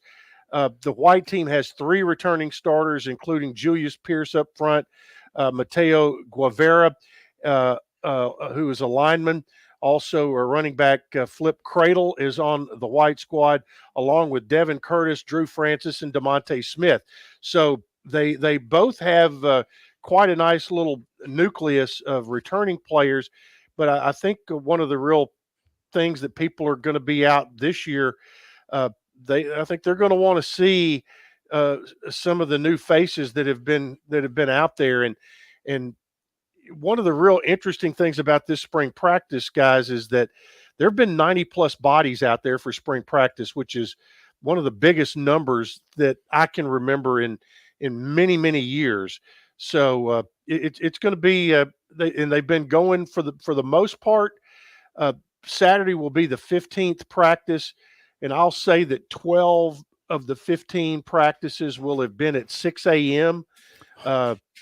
Basically 3 scrimmages throughout, two prior to this weekend, and this Saturday's will be the only practices in spring that will start after 6 a.m. So, there's a lot of reasons for that. I think there's a discipline factor. There's a factor of, okay, who really wants to be here? Mm-hmm. You can learn a lot through that. So, I think there are many reasons that Coach Mason decided to do that. Chip, how live will things be Saturday? That'll be a good question. I think that's part of that we'll learn as we go. We've been told it's going to be a regular game, but I cannot imagine, in particular, the quarterbacks being completely full go in the run game. I would say they might have different color jerseys on, whether it's a red or a green or whatever, to keep hands off of them completely. But they've been getting after it now for about, this will end up being probably close to 8 to 10 practices in full gear. So otherwise, it's interesting. There's seven total quarterbacks in the quarterback room. There are 9 running backs in the running back room, and you will get a chance to see Blue Raider quarterbacks working under center, which is a big piece of the offense now under Bodie Reeder, the new offensive coordinator. The coaching staffs have been divided up. The 2 coordinators, by the way, are going to work for both teams. The blue team is going to be Robert Frazier's the head coach, Bryce Lewis, Vernon Hargraves, Bryce Lewis, the secondary coach, the defensive line coach, Vernon Hargraves, Cornelius Williamson, Kendall Simmons, and Josh Wegerson, the defensive GA, will be there. On the Brian Stewart will work for both teams. Bodie Reeder will work for both teams, and Luke Pascal, the special teams coordinator, will work for both teams. AJ Rising, Joe Gans, Calvin Lowry, former Titan running back, Josh Smith, and Tyler Monaco, along with Bayer Hunter and Max Arnold, will be on the other side. So that's the coaching staffs have been divided up. So it's going to be I think they will do a lot of things to make it fun, and we probably won't know all the rules and scoring rules until we get out there on Saturday. But that'll be at 1:00. Some of those rules will probably be made up as you go as well. Chip Walters, the Blue Raider voice, joining us as he does virtually every Tuesday on Main Street Sports Today, presented by TOA of Columbia. Chip, is there any word on the MTSU Vanderbilt baseball game tonight? Well, it was moved up to 4:00 yesterday. They made that move. I was just getting ready to check Twitter myself to see Mr. Palmer was on the bus and they left at 1 o'clock and said there was no rain. And right now it's not raining in Murfreesboro. So I think, I-40 area and up is okay. So hopefully they're going to get that in at 4 o'clock. Well, we all know Tim Corbin doesn't like to cancel. So if there's any way to play it, they will. And they did bang the Western Kentucky game last week. So it'd be tough to think he's going to cancel 2 midweeks in a row. So Blue Raiders, Commodores at Hawkins Field at the top of the hour here, as Middle looks to build on a streak after snapping an 8-game skid. Yeah. With Sunday's win down at La Tech. Yeah, and I was talking to Mr. Palmer about the weekend, and you won the last game of the series, but the first 2 games didn't go your way, but were both very, very close games against a good opponent. And Mr. Palmer, he's called the old pro for a reason. Mm-hmm. He said that the pitching was much better, and as a team played much better defensively. So that bodes well moving toward the mid part and the second half of the conference season, with a lot of home games coming up, including this weekend against New Mexico State. The thing is, Briggs Rudder has dipped below 400, so we've got to get him out of his slump. And he was leading the conference in hitting, but he has dipped below 400 now, and in a bit of a Briggsy slump, if you want to call it that. But he'll be just fine. And these young arms are getting better. You've had a young guy get a no-hitter. You had a young pitcher on Sunday go 7 in a starting role. So I think there's some good signs there. This team is going to be a work in progress all year. And Jerry Myers is not afraid to go out and go to the bullpen at any time. And that includes mid at bat. We've seen that numerous times this year, which does put extra pressure on the official score in each of those games, depending on what happens. So there's a lot of that going on. And, you've got both basketball teams now starting to see some news happening in the transfer portal. You've had a lot of the exit door has been open, but now you're seeing folks come in the entry door, and some pretty exciting things that I'm seeing there, both on the men's and women's side. What do you want to talk about? How comfortable are you talking about that entry door for the men in particular? Well, he hasn't signed yet, but Okay. Jared Hall from Lebanon, it came down to Middle and Tulsa when he left high school. Okay. And he, he's the all-time leading scorer at Lebanon High School. That's no small feat. I think Troy Bond. I mean, when I think of our age, Troy Bond was a pretty doggone good player back in that day. And there have been some really good scorers come through there. He's a 6'8", listed as a guard, so he fits Nick McDevitt's template of a. Nick's 2, 3, and 4 guys can almost always be interchangeable, and Jared Hall really fits that. He has a ton of skill. He's got a high motor, so I think he is going to fit into that. That Eli Lawrence mode. Maybe not sure if he's 100% the outside shooter that Eli was, but I think he's the better finisher than Eli was. I think his guard skills probably are a little bit better than Eli. His shooting skills may be slightly less. So, the total overall package, I think you're going to get a similar player in that. So I do know they've got 2 other guys coming in this weekend. Don't know who they are, but they've been very, very active in that. And then on the women's side, you get the Gatorade Player of the Year out of Mississippi committed. So that just on the surface looks like a very good get for the coach's Insel. Absolutely. Speaking of, Chip, you mentioned women's basketball. Any chatter? WNBA draft will be next Monday. Is there a chance anybody from MTSU goes in that? Savannah Wheeler's going to be your real opportunity there. And, whether she gets drafted or not, she'll get a chance to get on a roster somewhere.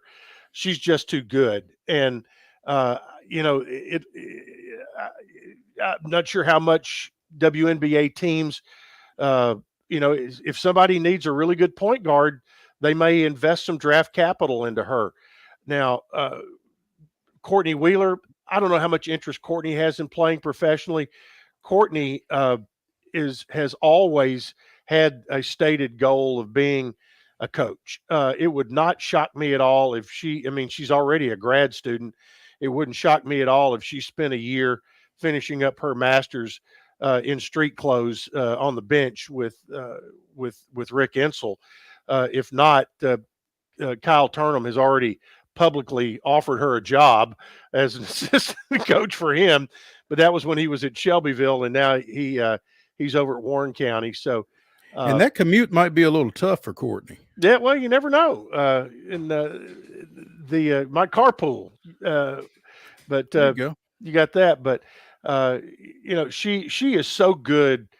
Her play. I don't know whether she may have a desire to play. I'm not sure.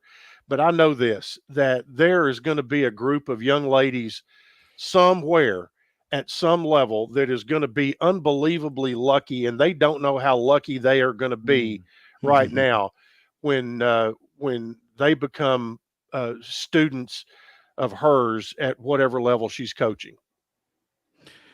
Chip Walters, the Blue Raider voice, joining us here on Main Street Sports Today, presented by TOA Columbia, as he does almost every Tuesday. Unless I don't. Unless you don't. Chip, we appreciate it. I would imagine Wade and Chris will be happy to have you on next Tuesday. Are you on one of your cruises again next week? I am indeed. There you go. Oh, I've seen that's right. I've seen the countdown on your social media pages. They have a sign in the the lobby, for lack of a better word, at Carnival that says, "Don't gloat. Nobody likes a gloater." But I can't help it. I'm sorry. I've never gone on a cruise. I've never done it. You got to. Yeah, you got to. But I've never been on a train trip like you've been on either, and that's something I want to do. So I want to do that again too, and I want to go. I did a weekend trip to New Orleans on the Amtrak. I'd like to do either the East Coast, go catch in Atlanta or Birmingham, and go up east through DC and New York. Or a friend of mine did this one. He and his family flew to and Bradley Lambert did the same thing. Our buddy Bradley Lambert with TSSAA, which I want to give a shout out to TSSAA today for two things. Number one, turning softball into the same format as baseball at Spring Fling, with your championship games being played at MTSU in the college stadium. And number two, for what they did today, and that is making Tennessee the 10th state to have girls flag football, which I think is going to be outstanding. I think it's fantastic. We touched on the latter earlier today. We've been trying to come up with some availability for Mark Reeves to come on with us and discuss the former. So, looking forward to that. But the TSSAA, and they inducted a fellow Dimpleonian, there we go. Yeah, into the Hall of Fame over the weekend, Bernard Childress. So they're very high on your list right now. Well, I mean, and anybody, Bernard Childress is just high on my list to start with. He was a great Columbia Central and Belmont basketball player, really good assistant coach in high school and college, and administrator at Whitthorne, and then became part of the TSSAA staff. And it was really just a foregone conclusion that whenever Ronnie Carter was ready to hang it up, that Bernard Childress was waiting in the wings, very similar to the Mark Reeves situation, that, the time was perfect and the time was right for that next move. And, you look back all the way from Gil Gideon to Mark Reeves today, and whenever there has been a change at the top, it has been seamless. And that is just a tribute. Where a lot of people like to yell and scream at TSSAA because an umpire missed a ball strike call on their kid, but we are really fortunate to have the High School Athletic Association in Tennessee that we have, and because first and foremost, everybody in that office cares about kids, and I'll tell you that's what, where it starts. If you question how fortunate we are, go to another state. Well, specifically, look at the states north and south of us. Yeah. So, Chip Walters, the Blue Raider voice, joining us. Chip, I'm sure Chris and Wade will take great care of you next week, and we'll do the best we can. We'll talk soon, but always appreciate you.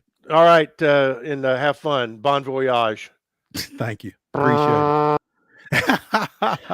Hey, when we come back to the Lee Company studios here on Main Street Sports Today, it's the grab bag, and we have to mention a local athletic product during the grab bag. Stay tuned to see who it is. We'll be right back.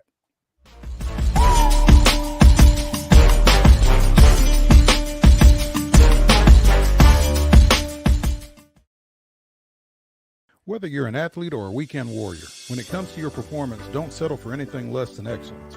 We're proud to announce that Mid-Tennessee Bone and Joint Clinic is now Tennessee Orthopedic Alliance of Columbia, where we are redefining sports medicine and orthopedics. Tennessee Orthopedic Alliance's team of expert sports medicine physicians understands the unique demands of your body. TOA Columbia specializes in personalized orthopedic care, offering state-of-the-art treatments for everything from sports injuries to joint replacements. Learn more at toacolumbia.com.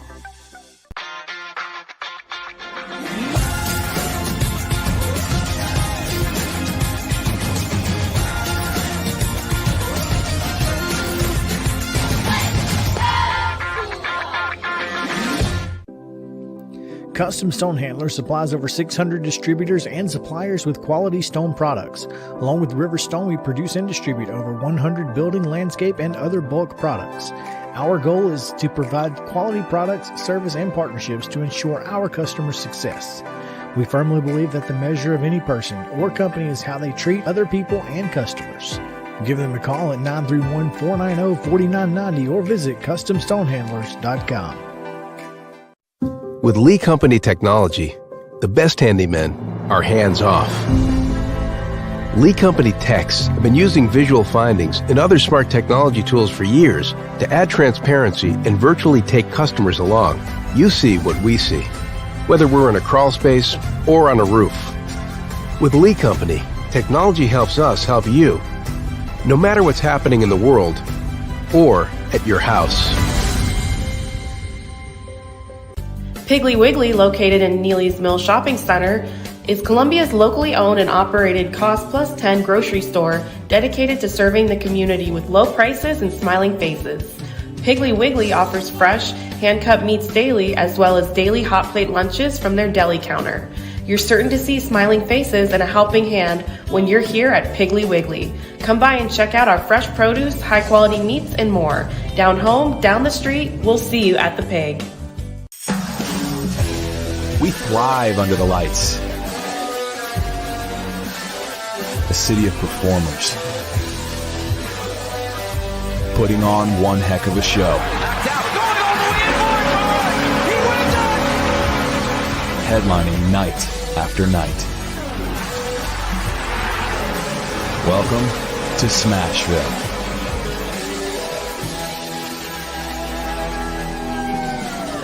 Nashville Sounds Baseball is back in Hit City for the 2024 season.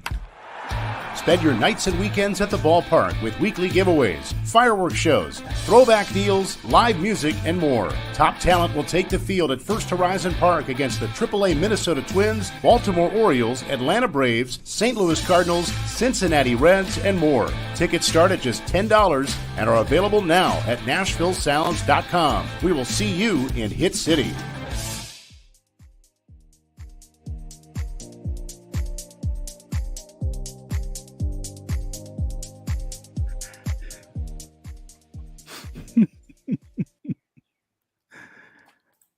I hope Chip saw that. I don't know if he did or not, but that was a nice pull. Producer Mark, was that your pull of the Red Solo Cup float? Had to have been. Yeah. Well, wait, if it wasn't you, yeah, it did have to have been. Yeah, good job. That was pretty stellar. That had to have stolen the show, Wade, did it? Yeah, I'll just say I ran into Mayor Chaz Mulder and I ran into a few other people, dignitaries before the parade began. And that was what everybody said. They said, hey, there's one float coming down here that you're going to want to check out. And the Red Solo Cup, man. It had to have been that one, right? That was it. And the only other one, and there it is. I mean, it was impressive. I couldn't figure out how you get in the thing. I assume there's a door at the bottom, but maybe there's a ladder and you just had to climb in. Once you're in type situation. Yeah. How long is that parade route?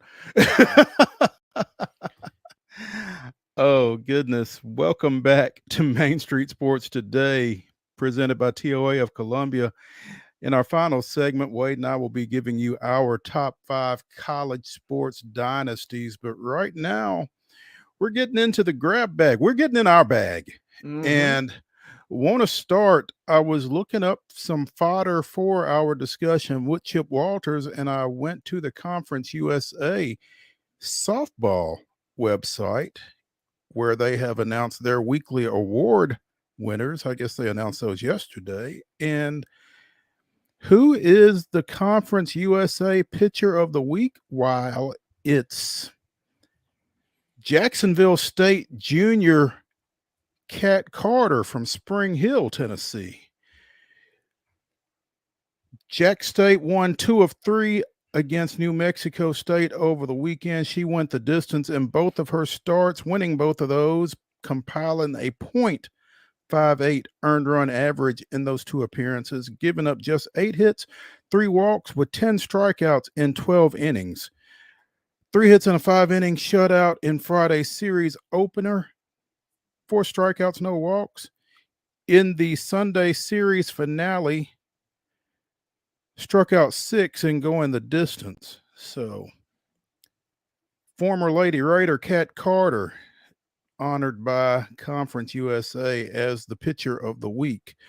Unfortunately, the other 2 Conference USA awards both went to Sam Houston players for their performances against MTSU. So, we're not even going to mention them. But anyway, Wade, we talked a little bit about it at the top of the show. UConn 75, Purdue 60 final last night for those who stayed up for it or for those who didn't. Kenny Anderson, when we talked to him yesterday, predicted double digits. Sure enough, 15 covers that. But how anticlimactic, how much of a letdown was this?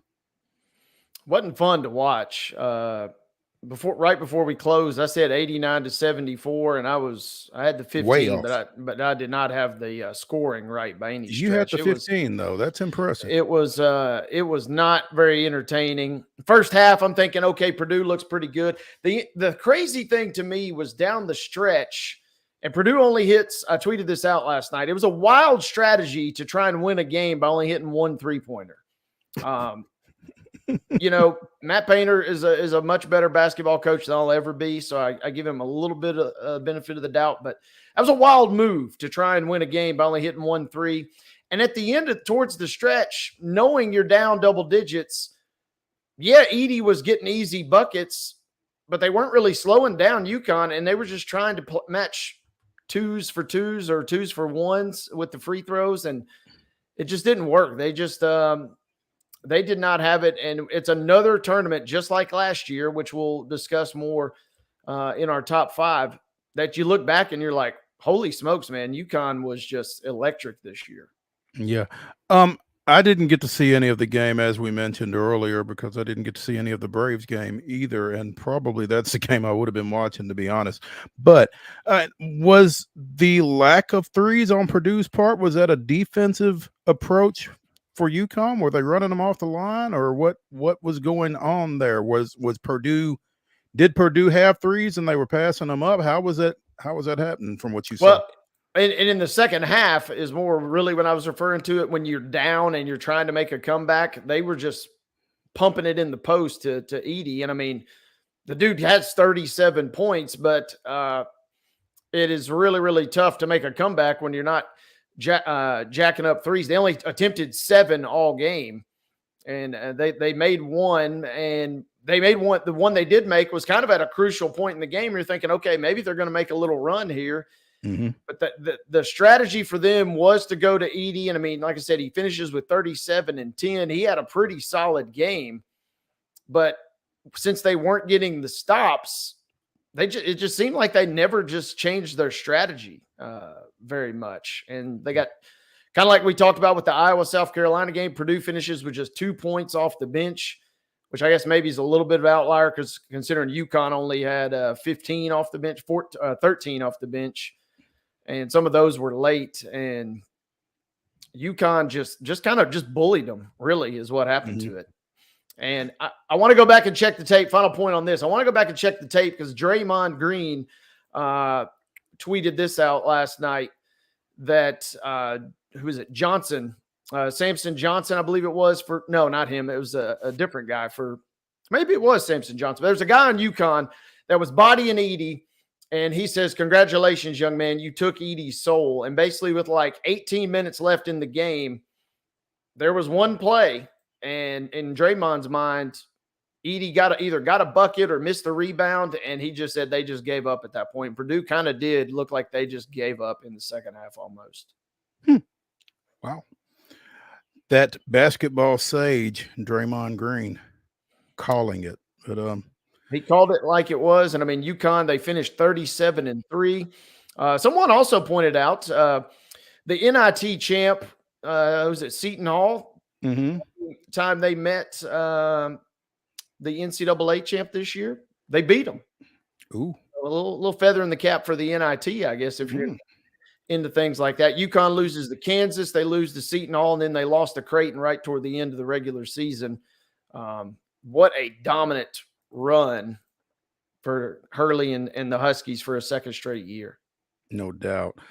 The Predators, with that shootout victory Sunday at New Jersey, put themselves 1 win short of a playoff berth. That win could come as soon as tonight when the Winnipeg Jets come to town. Winnipeg, currently the number 3 seed in the West, the Preds number 4. More than 2 games separate them. Preds are 2 games back in the win column at 45 and 29. But this game's got some heft to it, I guess. Got a little juice. Preds obviously got to take care of business, and like we chatted with Teresa Walker last week. After going on such a run, keep in mind, before they made that run, they were a team that was not going to be making the playoffs. So they playoffs were not. No, they weren't in the picture. So they played their way into this discussion. And then along that run, you kind of had to recalibrate your expectations or anticipate, how far they could go. After the run kind of comes to an end, now you got to pick up the pieces and get a little momentum. And a big win tonight, obviously, in addition to getting the playoff berth sewed up finally, would give you a little mojo heading down the final 2 or 3 games here of the regular season. Yeah, you follow this game up with a trip to Chicago on Friday, followed by Columbus coming in here on Saturday, and then at Pittsburgh to close out the regular season. So, yeah, this would be a good one to get, like you said, to get a little momentum. And if you get this one, then maybe you're looking at winning 3 or 4 straight before you go to Pittsburgh to finish up because neither Chicago nor Columbus is particularly good. So should be sitting up nicely. And then obviously once you get into the playoffs, yeah, you'd like to have momentum, but we've seen it this sport more than any other sport. I feel like of the 4 major U.S. professional ones, you can just get on a hot streak seemingly out of nowhere, and feels like it happens almost every year. There's at least one big first round upset, and even if you don't go all the way, obviously it's pretty hard to win your second round series if you don't win your first one. So I feel like momentum would be sweet going in, but the good news is they're going to get their ticket to the dance, all but assured of that, and then just see what happens from there. Absolutely. So I am part of a group chat with Misters Yao and Sullivan, as in Joseph, who says, Robbie Avila in the transfer portal. Can we do an entire show on this? Now, I don't know if we can do an entire show, but we can probably do a segment tomorrow at 3:20, Joe. But Indiana State's coach took the St. Louis job almost immediately after they lost in the semifinals of the NIT. And so there are 6 Indiana State players in the portal, including Larry Nerd.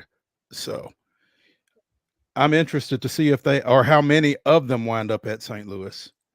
But, not Larry Nerd. Come on now.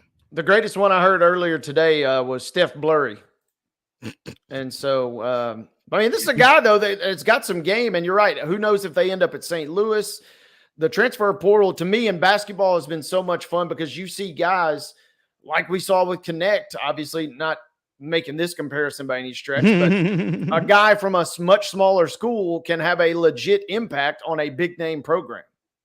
Clearly. Not just Connect, but Mark Sears as well at Alabama. They basically rode him and Grant Nelson, who is also a transfer, to the Final Four. So it's wild and wacky. We'll be that tomorrow, by the way. But yeah, wanted to mention that, and I'm sure we will be talking about that with Joe tomorrow. Masters tees off Thursday. Wade, you ready? Pumped for it. We'll be rooting for our semi-local guy down in Ardmore. I almost said Ardmore, Tennessee, but that would be technically correct. But Ardmore, Alabama. Lee Hodges is going to be playing in his first ever Masters, and going to be fun. There's always a lot of jitters that are going on. We got a lot of folks from Ardmore. They're going to be going over and cheering him on, so it'll be exciting. And Tiger obviously is competing this week. That always moves the needle, and I could just almost it's a bummer that it's yucky weather here this week, because if you listen closely, you can just hear the birds chirping, and you can just almost smell the azaleas blooming because it is Masters week. Ardmore, Alabama's Lee Hodges. You got a hookup, Wade? Can we get him? I've tried to get him. I tell you what, if he wins the Masters, we got a great shot at getting our hooks into him next week. I don't want to hear about a great shot. Can we get him? We can probably get Lee. The 2 times I've tried to get him on previous shows that I've been involved with, his schedule. The crazy thing is if you win this tournament, a lot of you suddenly get busy. Huh? Well, in a way, yes. But the thing over the last 2 years with Lee being a rookie on the tour and then trying to get to his first ever Masters, it's been a wild, challenging process. And he goes through these cycles where he's trying to shut off all the distractions. I don't want to do any media.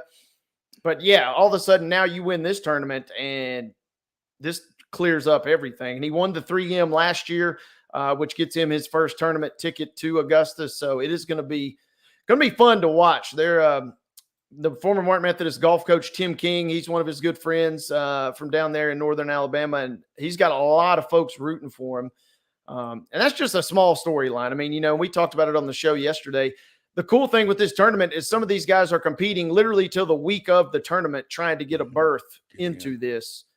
And it will be fun. And maybe we'll have a little pimento cheese over the course of the week to get things going.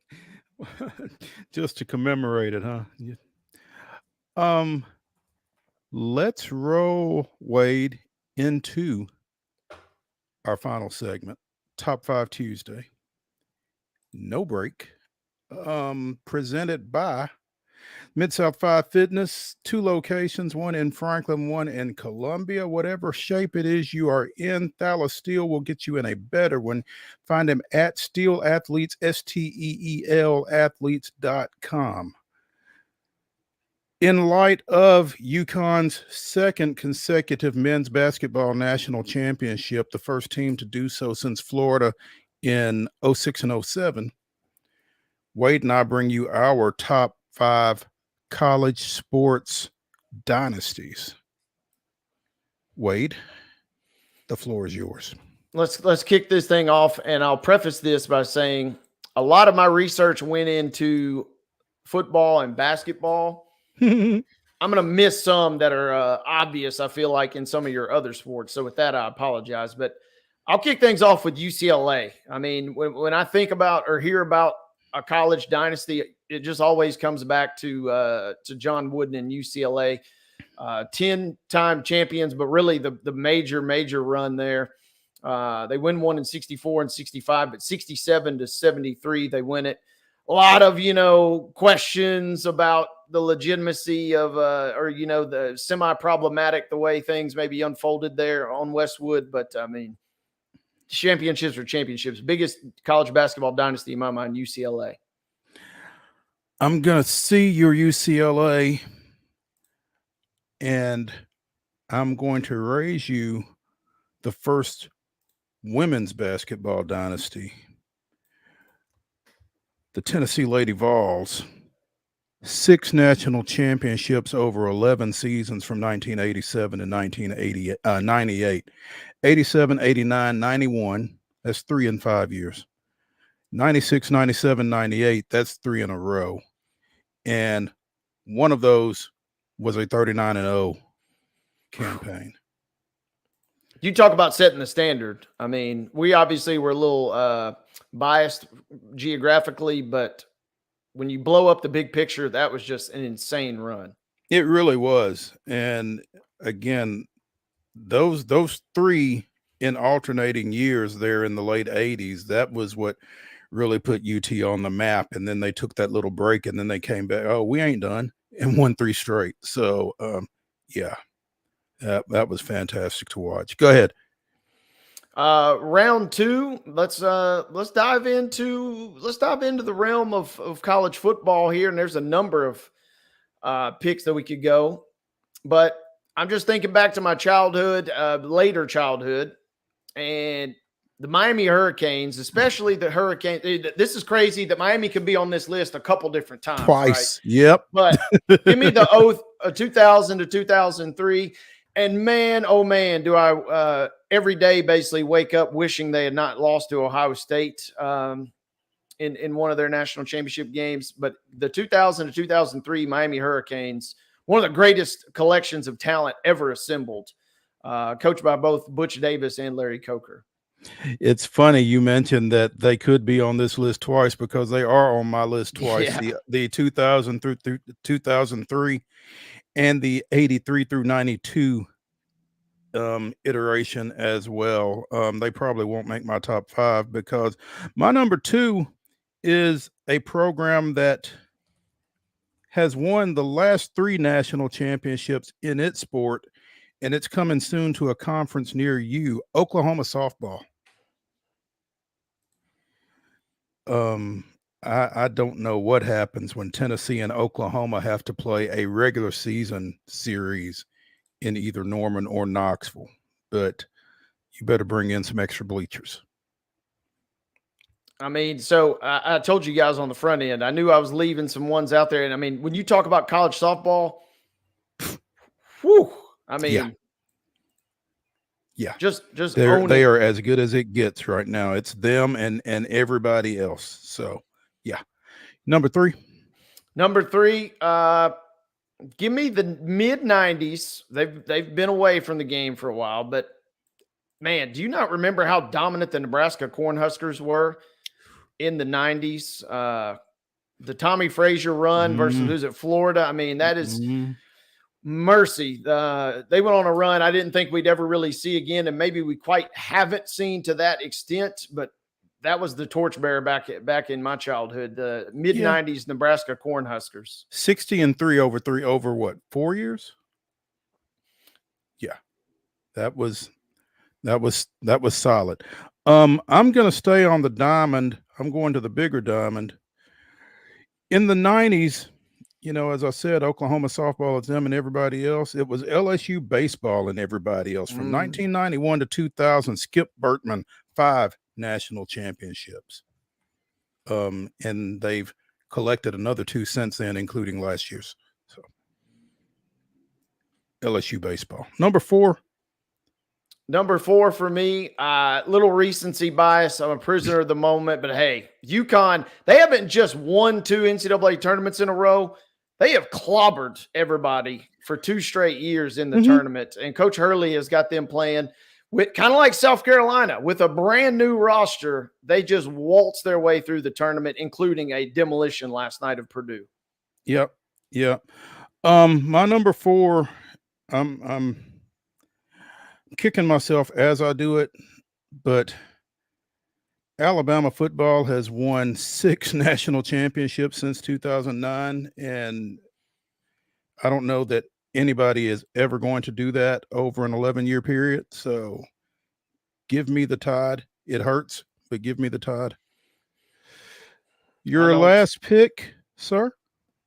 I'm going to go. I know they didn't win as many titles as they probably would have, and Tennessee fans are thankful for that. But Florida State from the late 80s to the early 2000s, I mean, you could make if you just look at championships, they won 9 straight ACC championships, and then they win it all in 93 and 99. And again, could have won it in 98. If Chris Winky's healthy, maybe they win it in 98. But, man, what a run for the Florida State Seminoles. Bobby Bowden, they just good kids. You got to love the run that they had. My number 5, I'm going to fall back to baseball again. I love college baseball. And, it was short-lived. It was kind of a snapshot. But I love that South Carolina won the last College World Series at Rosenblatt Stadium in Omaha and won the first one at TD Waterhouse or whatever it was or is now in 2010 and 2011. And the Gamecocks at that point really kind of had it rolling as well. So South Carolina baseball is my number 5 pick for top college sports dynasties. You mentioned Miami football, both of them. North Carolina women's soccer probably should be on here somewhere. 21 national titles in 31 years between 1982 and 2012, including 9 in a row. Also, Iowa wrestling just kind of goes without saying. But those are our top 5 college sports dynasties. Again, those are brought to you as they are every Tuesday on Top 5 Tuesday by Mid-South 5 Fitness, 2 locations, one in Franklin, one in Columbia. Thalys Steele, you can reach him at steelathletes.com, and he will get you on the road to fitness. So check him out.